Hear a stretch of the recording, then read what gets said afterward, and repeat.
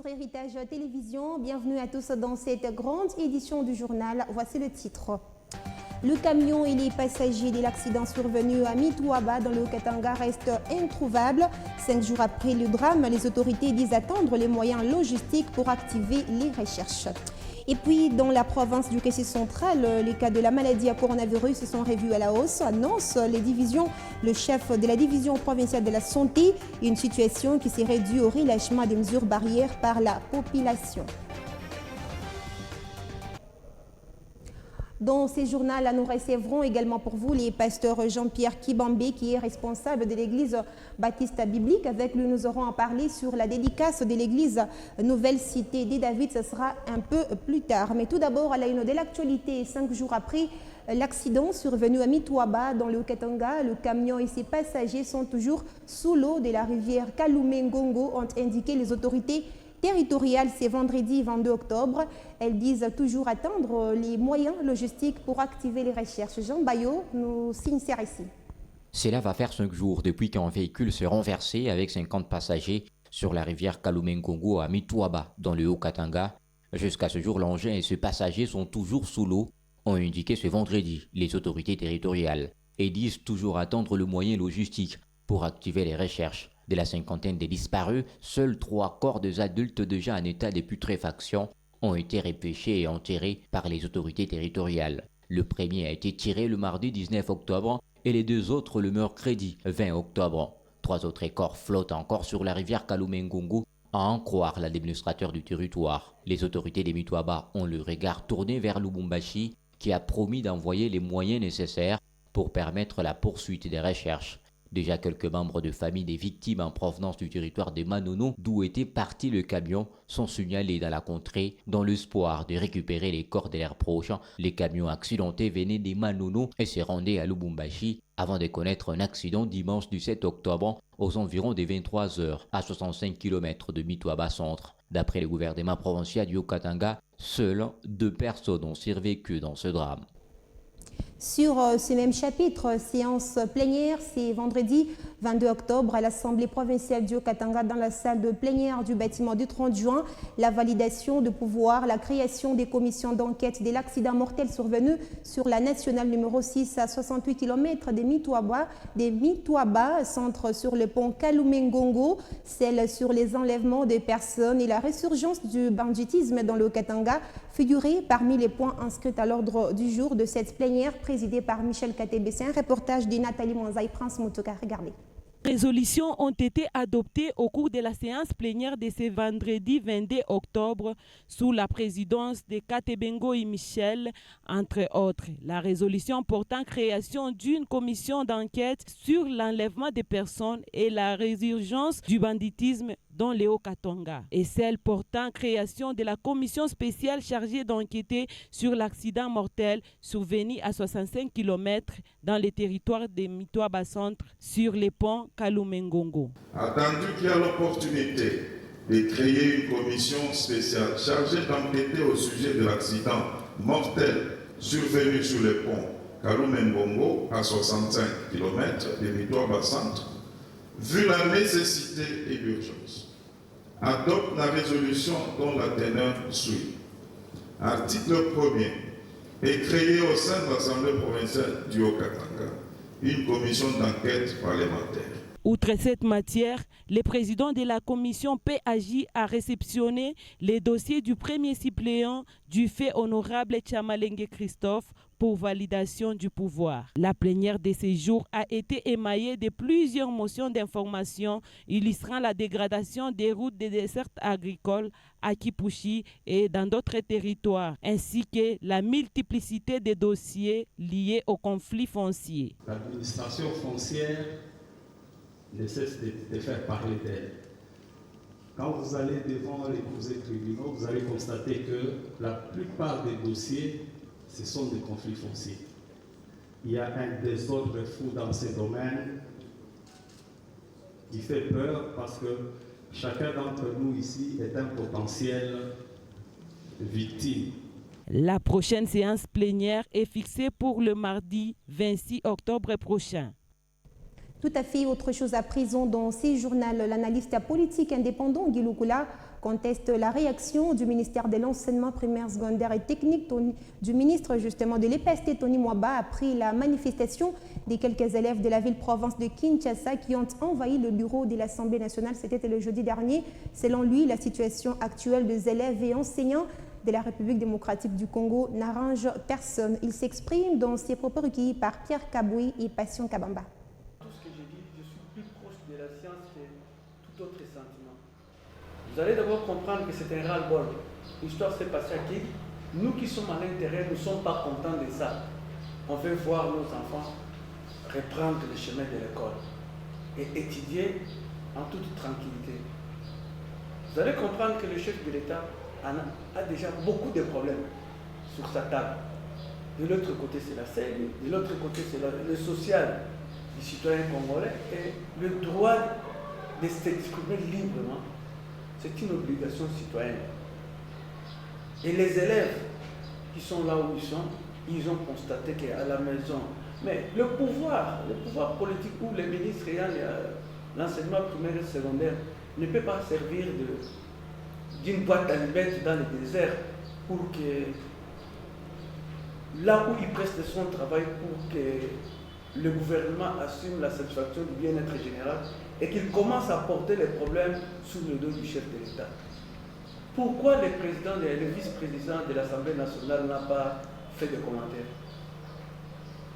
Il devait suivre l'exemple. Le vice-président de l'Assemblée nationale n'a pas refusé. Il a reçu les élèves, il a compris leurs problèmes. Mais lui est animal politique, non? Pourquoi il doit avoir peur de la politique? Il doit trouver des solutions aux problèmes politiques. Vous comprenez? Quand il va dire, il se justifie à qui va l'écouter? Or, nous les parents aujourd'hui, on veut que la reprise de l'école soit effective et totale. Parlons santé à présent dans ces journaux, je l'annonçais dans le titre, 397 cas confirmés, 20 morts et 13 malades sous traitement, c'est les tableaux épidémiologiques du coronavirus au Kassai central. Ces données ont été rendues publiques ce vendredi 22 octobre par la division provinciale de la santé de cette province. Selon Dr Eugénie Missenga, chef des divisions, cette montée vertigineuse est due certainement au relâchement des mesures barrières par la population. Elle s'exprime dans ses propos recueillis par notre correspondant sur place, Sonintumba Moufika. Depuis le début du mois d'octobre, chaque jour, nous enregistrons toujours 1, 2 ou 3 nouveaux cas, ce qui fait qu'à ce jour, la province est déjà à un effectif de 397 cas avec 20 décès. 397 cas avec 20 décès. Et les 2 dernières semaines, nous avons enregistré 12 malades. Et nous avons aussi, je crois, 3 malades graves dans les 7 échos. Nous avions organisé la vaccination les 2 derniers mois passés. Il y a eu un premier lot de vaccins qui est arrivé. On a vacciné des gens et le deuxième dose, c'était pour donner la deuxième dose à ceux qui étaient vaccinés, qui ont reçu la première dose. Ils ont été vaccinés. Pour le moment, nous attendons le stock de vaccins qui devait arriver incessamment et nous allons organiser encore la vaccination suivant les directives du ministère de la Santé. Nous n'avons pas changé de stratégie, mais ce que j'ai remarqué, c'est que de manière générale, il y a la charge du respect des mesures barrières par la communauté. On n'observe plus le port de masques et les dispositifs de lavage de mains sont en train de disparaître. Mais je reviens pour rappeler aux uns aux autres que nous ne devons pas croiser les bras. La maladie est en train de reprendre. C'est toujours très important de se faire dépister pour éviter de contaminer les autres et se faire soigner à temps. Parce que soigner à temps, la COVID-19, c'est une maladie guérissable avec des molécules bien connues suivant le protocole de notre pays. Mais lorsque vous gardez la maladie le plus longtemps possible et que vous faites dépister tardivement, ça demande l'assistance respiratoire. Et vous le savez, chez nous, dans la ville de Kananga, nous n'avons pas l'électricité. Donc, déjà, les 7 échos ici éprouvent assez de difficultés pour prendre en charge les quelques patients qui sont là à cause de l'absence permanente de l'électricité. Revenons ici dans la province du Haut-Katanga pour parler infrastructure. L'avenue Kiwele se trouve dans la commune de Kampemba, se dégrade de plus en plus. Les usagers lancent un cri d'alarme aux autorités locales afin de réhabiliter cette voie. C'est un reportage signé Pierre Cabri. C'est depuis 2008 que la route Kiwele avait été asphaltée pour la première fois sous les financements de l'entreprise minière Chemaf, d'un projet d'environ 12 millions de dollars américains. Long d'une dizaine de kilomètres, cette voie a été érigée pour seconder la route Kasenga. Cette dernière connaît en ces jours la dégradation de l'asphalte entre les avenues Congo Kiwele et Tilipié. Ici, l'accès n'est pas tout de même facile pour les motos et véhicules, comme nous expliquent ces usagers, qui demandent également à l'exécutif provincial du Haut-Katanga de réhabiliter cette route d'intérêt public.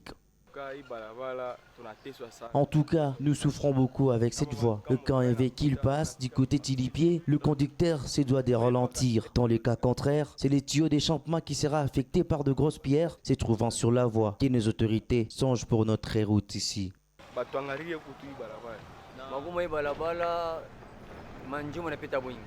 Dans cette voie, les trous sont nombreux, surtout du côté Chamilemba.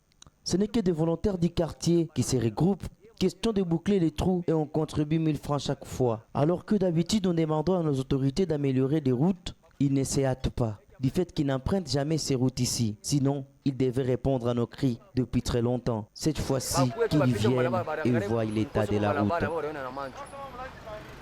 La route Kiwele n'est pas la seule voie en dégradation dans cette commune. Les Ouaboura demeurent également dans la même situation. Le cas illustratif est celui du quartier Kigoma, où ses habitants ne savent à quel sens c'est voué.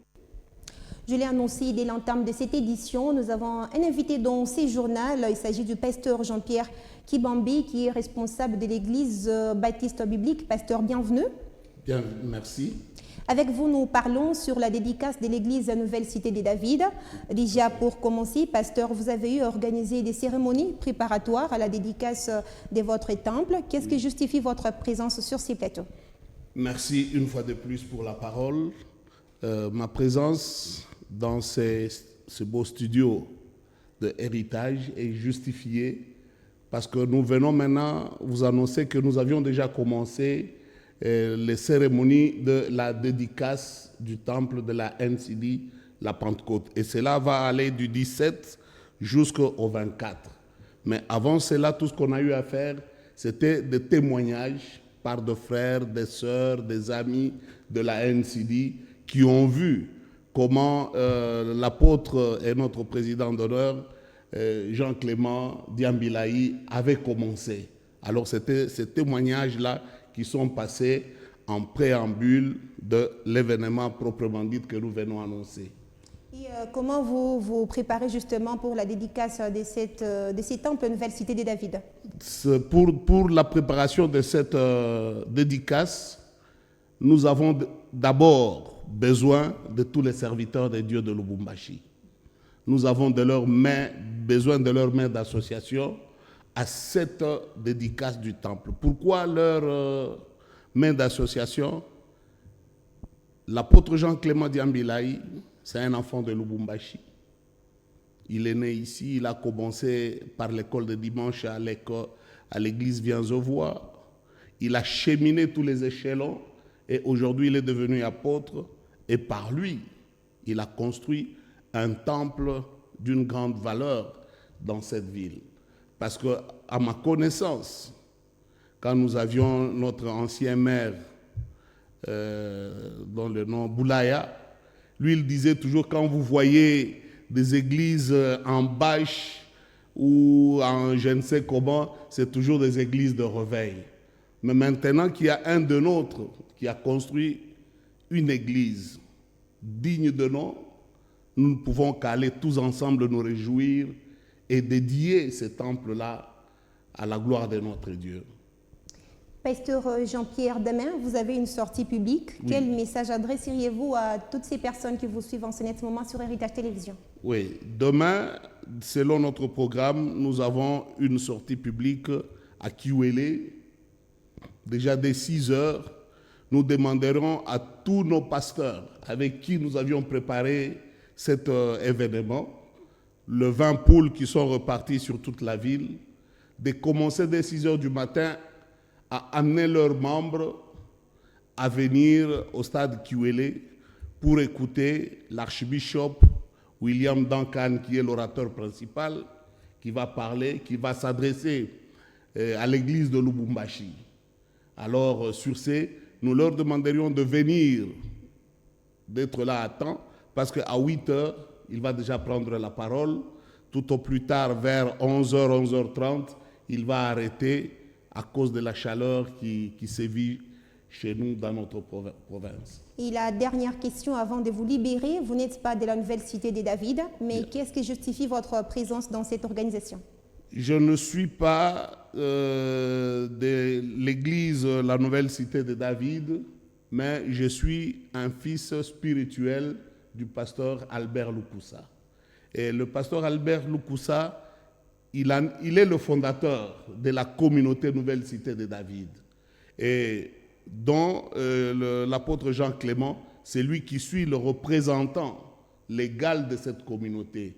Et en tant que tel, nous tous, le fils d'Albert Lukusa, nous sommes obligés par nous-mêmes, par notre reconnaissance, à aller vers un de nôtres, lui tendre la main pour que nous puissions tous ensemble organiser cette manifestation. Bien que étant de l'église baptiste biblique Bethléem, mais ici je suis là pour témoigner par ma présence, je témoigne que Albert Lukusa, le pasteur Albert Lukusa, c'est mon père spirituel. J'ai appris la Bible à ses pieds, mais j'ai grandi et j'ai tourné vers le baptiste biblique. C'est là où j'exerce le ministère maintenant. Pasteur Jean-Pierre Kibambi, merci d'avoir répondu à toutes nos questions. Merci. Rappelons que vous êtes responsable de l'église baptiste biblique. Avec vous, nous parlions sur la dédicace de l'église Nouvelle Cité de David. Merci. Mesdames, Messieurs, ce journal se poursuit. Parlons à présent de la célébration de la Journée mondiale de l'énergie qui est célébrée justement ce 22 octobre. L'objectif est d'offrir l'énergie au plus grand nombre d'habitants du monde. Pendant ces temps, à Lubumbashi, le quartier Luano n'a pas accès au courant électrique et recourt aux autres sources d'énergie. C'est un reportage signé Israël Mteba. Suivez. La ville de Lubumbashi fait face à plusieurs difficultés liées à l'accès au courant électrique. Dans plusieurs communes, l'énergie électrique devient une denrée rare et dans les zones les plus reculées, le courant est presque inexistant. Au quartier Luano, nombreux des habitants recourent aux autres sources d'énergie. Menuiserie, salon de coiffure, salle des jeux, comme dans les cyber. Ici, c'est l'énergie solaire, groupe électrogène et les dynamos qui fonctionnent avec mazout qui sont les plus sollicités. Selon les utilisateurs des autres sources d'énergie, outre celles électriques, les groupes électrogènes comme les dynamos à mazout sont stables mais quelque peu coûteux que celles fournies par la Société nationale de l'électricité. Pour le fonctionnement de nos matériaux, on utilise les dynamos ainsi que les groupes électrogènes. Dans notre quartier ici, on n'a pas l'électricité de la SNEF. Voilà pourquoi est-ce qu'on fait recours à ça. Ces autres sources d'énergie ont-ils un impact positif sur l'environnement louchois? Scott Tibang-Nawej, environnementaliste, explique tout en priorisant les panneaux solaires comme source naturelle d'énergie. La source d'énergie telle que les panneaux solaires, ça c'est ce qui est même recommandé parce que ça fait partie de l'énergie durable. Mais par contre, l'accès n'est pas à la portée de tous parce que les kits solaires coûte un peu plus cher, alors que c'est plus avantageux d'utiliser les kits solaires. Mais par contre, lorsqu'on fait recours à des dynamos, parce que c'est accessible et ça coûte moins cher, premièrement, vous avez des nuisances sonores ou acoustiques. Vous vous rendrez compte que les gens qui vivent dans les milieux où il y a des dynamos réclament toujours des bruits la nuit. Ils ne savent pas avoir un sommeil paisible à cause de ces bruits-là. Il y a aussi le CO2 qui est dégagé par les combustibles qu'on utilise pour générer cette énergie-là. Donc, au-delà des bruits, au-delà du CO2 dégagé par celui-ci, cela pose énormément de problèmes liés à l'environnement, non seulement pour les humains, mais aussi pour l'atmosphère. En cette date, qui célèbre la Journée mondiale de l'énergie, l'objectif est d'offrir l'énergie au plus grand nombre d'habitants du monde. Cependant, l'utilisation des énergies fossiles paraît encore polluante, d'où la nécessité de recourir aux énergies naturelles ou encore au courant électrique, un besoin urgent pour les habitants du quartier Luano. Fin de cette première partie du journal. Avant de prendre la revue de presse, place d'abord au rappel de titres. Le camion et les passagers de l'accident survenu à Mitouaba dans le Katanga restent introuvables. 5 jours après le drame, les autorités disent attendre les moyens logistiques pour activer les recherches. Et puis, dans la province du Kassai central, les cas de la maladie à coronavirus sont revus à la hausse, annonce la division provinciale de la santé, une situation qui serait due au relâchement des mesures barrières par la population. Il est déjà avec moi sur ces plateaux, je les reçois dans un instant.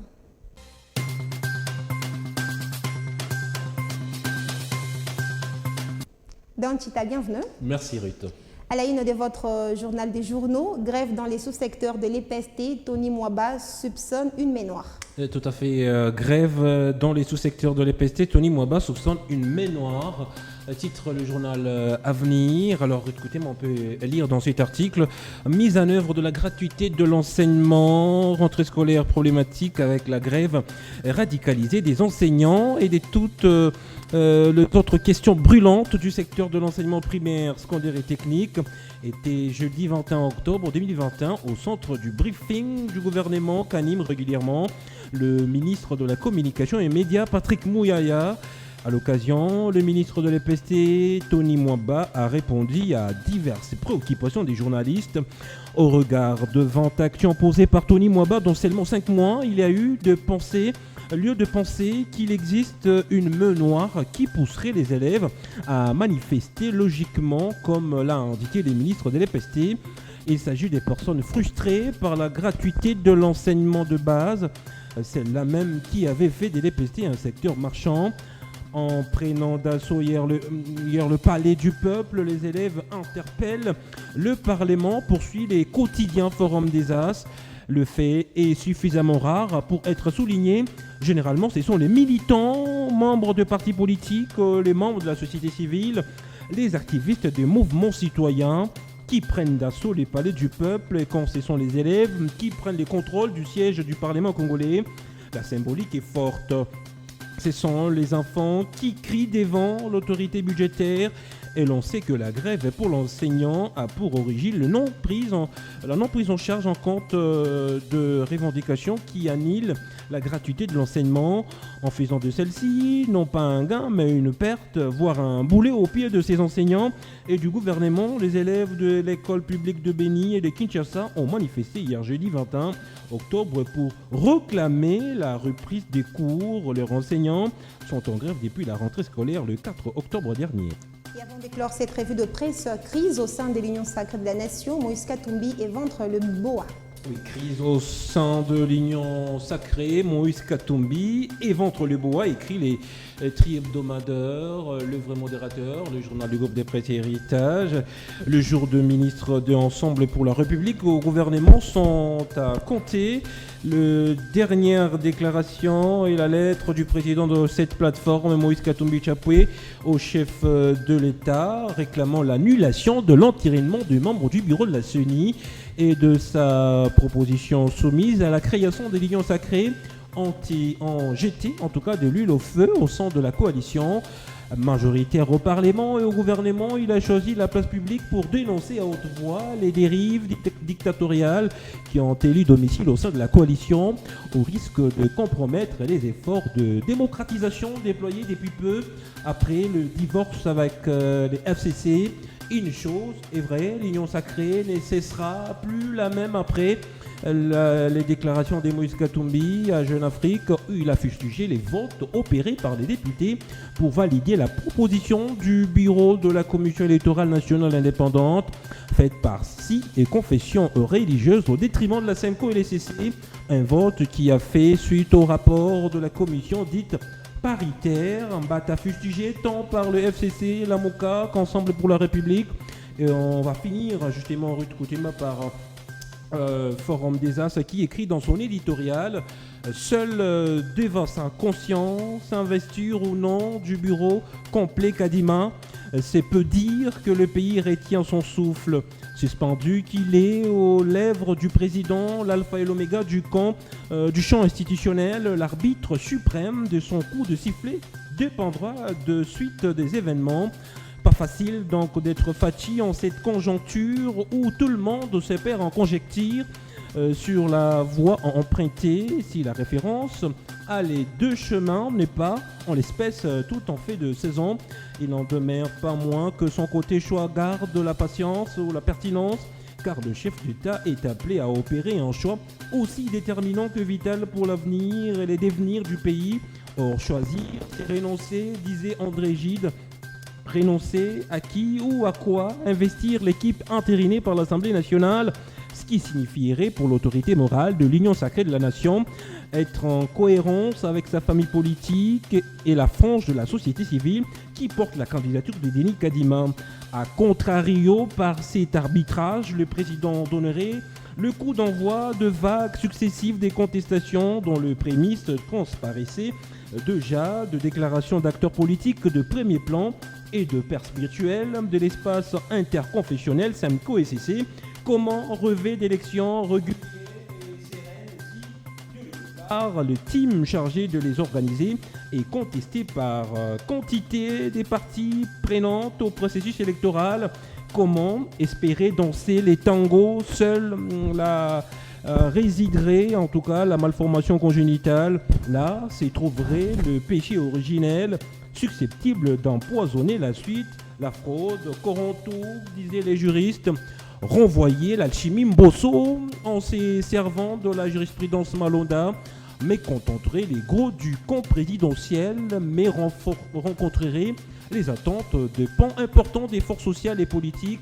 Ce choix ferait sans doute baisser la tension et plusieurs camps. Très belle revue de presse signée Donchita. Merci et à très vite. Merci. Mesdames, Messieurs, c'est également la fin de cette édition du journal préparée par l'ensemble de l'équipe rédactionnelle. Merci à tous de l'avoir suivi sur toute l'étendue de la RDC, notamment à Goma dans le Nord Kivu. Prenez soin de vous. Je vous retrouve très prochainement sur la même chaîne avec le même réel plaisir. À bientôt.